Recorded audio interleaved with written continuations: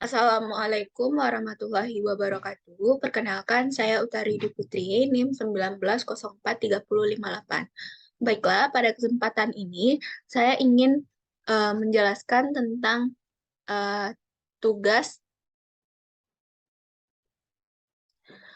eh, pertemuan 8 tentang artikel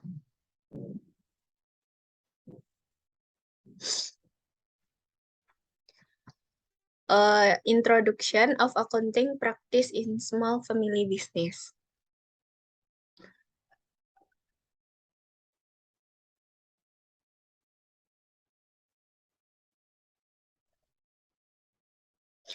Studi ini dilakukan untuk memahami bagaimana pemilik membuat keputusan tentang akuntansi, praktik yang mungkin diterapkan dalam bisnis ini. Bisnis keluarga kecil ada di antara bisnis kecil dan bisnis keluarga, karena eh, pemilik bisnis keluarga kecil menghadapi tantangan umum untuk semua usaha bisnis yang unik untuk perusahaan keluarga dan itu berbeda dengan usaha kecil.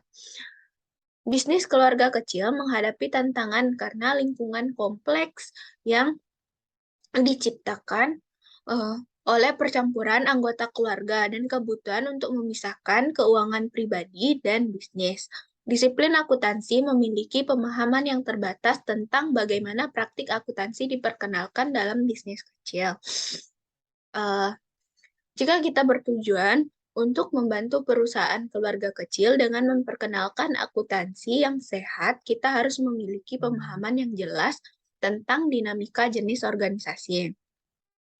Pemahaman seperti itu dapat memandu pengembangan kebijakan publik untuk mendukung keuangan dan kelangsungan hidup bisnis keluarga kecil dengan memasukkan praktik akuntansi yang relevan ke dalam praktek bisnis.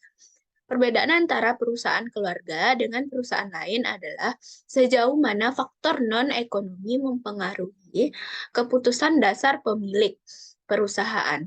Faktor non-ekonomi ini meliputi emosi, nilai, dan altruisme. Efek gabungan dari faktor-faktor tersebut diberi label kekayaan emosi, nilai kekayaan emosi sosio-emosional. Penelitian ini menggunakan teori kekayaan sosio-emosionalisme untuk memahami cara praktik akuntansi diperkenalkan dalam bisnis keluarga kecil. Temuan dalam penelitian ini memperluas teori sosio-emosionalisme dengan mengajukan persepsi kompetensi karyawan keluarga berfungsi sebagai moderator dalam mengambil keputusan. Ini merupakan interaksi yang kompetensi profesional di satu sisi dan ikatan keluarga di sisi lain. Tingkat pengaruh ditentukan oleh kompetensi profesionalisme karyawan keluarga, bukan pada pendekatan ikatan keluarga. Kemudian dari penelitian ini terdapat pertanyaan risetnya, yaitu bagaimana praktik akuntansi diperkenalkan dalam bisnis keluarga kecil. Kemudian dalam riset ini terdapat riset terdahulu dari Schulze, Lubaktin, dan Nino. Dia mengklaim bahwa keterlibatan keluarga dalam bisnis yang dimiliki dan dikelola keluarga dapat menyebabkan masalah agensi yang mahal. Mereka berpendapat bahwa hubungan keagenan di perusahaan keluarga adalah mengakar oleh orang tua, anak yang langgeng dan karena itu dicirikan oleh altruisme. Kemudian ada penelitian dari Samenyi, Normansyah, dan Udin berpendapat bahwa bisnis keluarga menerapkan berbagai praktik akuntansi. Namun, sebagian besar praktik yang diterapkan didasarkan pada budaya dan hubungan sosial dalam perusahaan.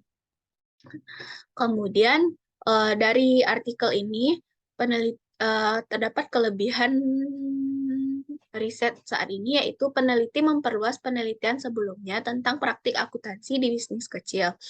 Salah satu caranya di mana perusahaan keluarga berbeda dari perusahaan lain adalah sejauh mana faktor non-ekonomi mempengaruhi keputusan dasar pemilik perusahaan. Faktor non-ekonomi ini meliputi emosi, nilai, dan altruisme. Kemudian Terdapat peneliti ini berkontribusi pada teori dalam 3 cara, yaitu pertama, persepsi pemilik tentang kompetensi karyawan keluarga bisa jadi dioperasionalkan untuk menguji efek moderasi pada proses pengambilan keputusan dalam bisnis keluarga kecil tersebut. Kedua, kedekatan hubungan keluarga tidak menentukan pengaruh keluarga yang dapat diberikan karyawan pada praktik bisnis. Anteseden didasarkan kompetensi yang dapat dieksplorasi.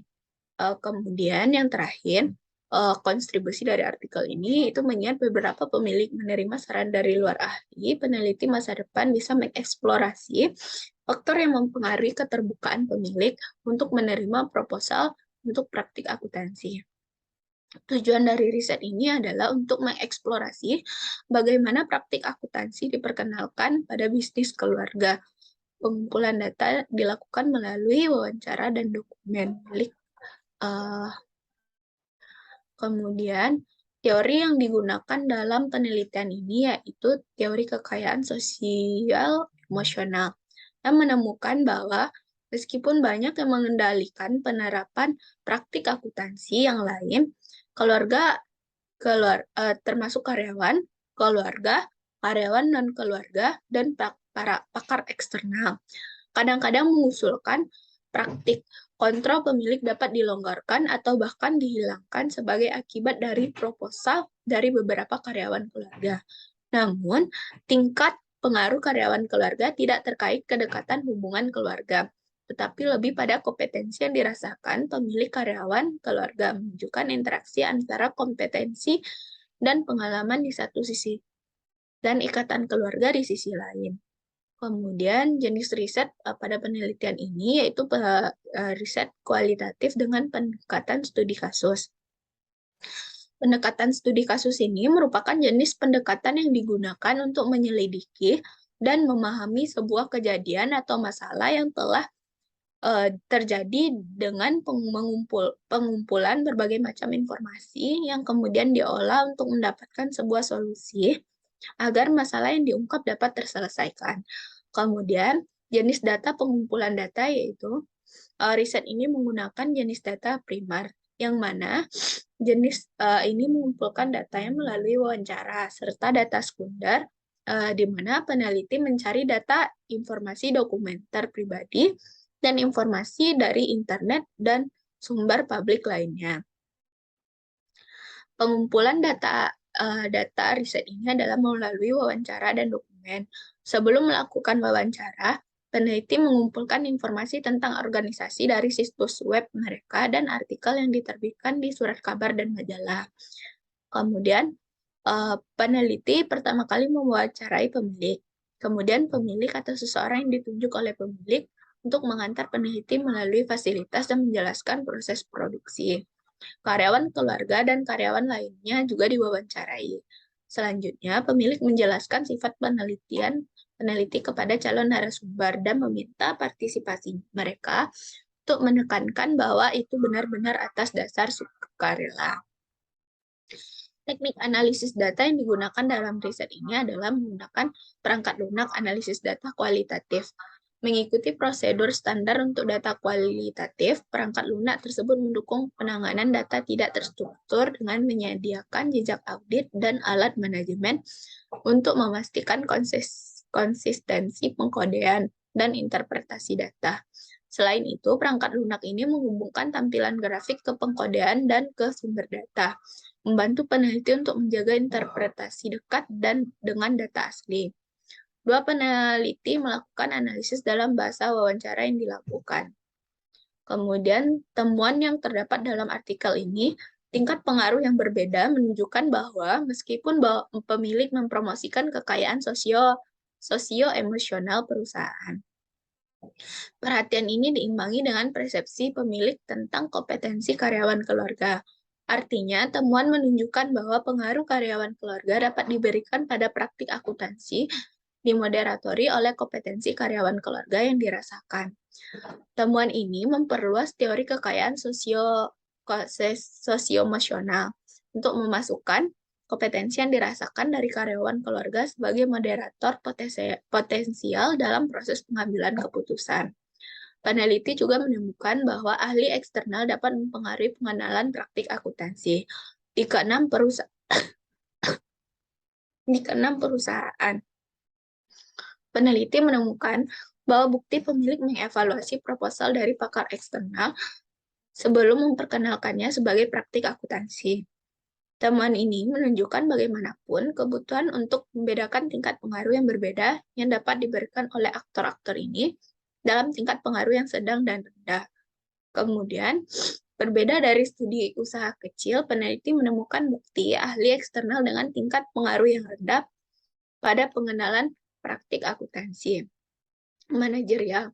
Meskipun dipekerjakan oleh pemilik, saran yang dibuat oleh pakar eksternal berpengaruh rendah yang diabaikan. Kemudian, penetapan biaya berdasarkan aktivitas membebankan lebih banyak biaya overhead ke produk atau jasa yang mengkonsumsi lebih banyak sumber daya. Biasanya, produk dengan proses produksi yang kompleks. Sebagai bukti dari ahli eksternal memberikan pengaruh tingkat tinggi pada pelaksanaan praktik akuntansi. Usulan dari beberapa pakar eksternal teman pribadi pemilik diimplementasikan tanpa ditantang oleh pemilik. Kemudian, bisnis keluarga kecil ini memiliki informasi terperinci mengenai biaya kesatuan, tetapi hanya untuk biaya langsung. Biaya overhead ditambahkan sebagai presentase biaya tetap. Kemudian, pemilik tidak menggunakan sistem yang rumit untuk menetapkan biaya overhead untuk menghitung biaya kesatuan. Bisnis keluarga kecil tidak memiliki kekuatan untuk menetapkan harga. Oleh karena itu, kegunaan sistem informasi akuntansi biaya yang kompleks diragukan. Untuk alasan ini, sistem akuntansi biaya yang dirancang oleh organisasi besar mungkin tidak hanya tidak berhasil, tetapi juga merugikan untuk bisnis keluarga kecil ini. Laporan dapat diperoleh dari sistem semacam itu. Akan memberikan pemilik informasi yang mereka ketahui secara implisit. Kemudian, temuan penelitian ini memiliki implikasi untuk praktek. Organisasi yang mempromosikan penerapan praktik akuntansi harus menyadari bahwa selain pemilik, beberapa karyawan keluarga dan pakar eksternal dapat mempengaruhi praktik bisnis. Akuntan yang sudah menyediakan jasa akuntansi untuk bisnis keluarga kecil juga merupakan sumber yang baik untuk mengusulkan praktik akuntansi. Mungkin hanya itu yang dapat saya sampaikan. Saya sudahi dengan Assalamualaikum warahmatullahi wabarakatuh.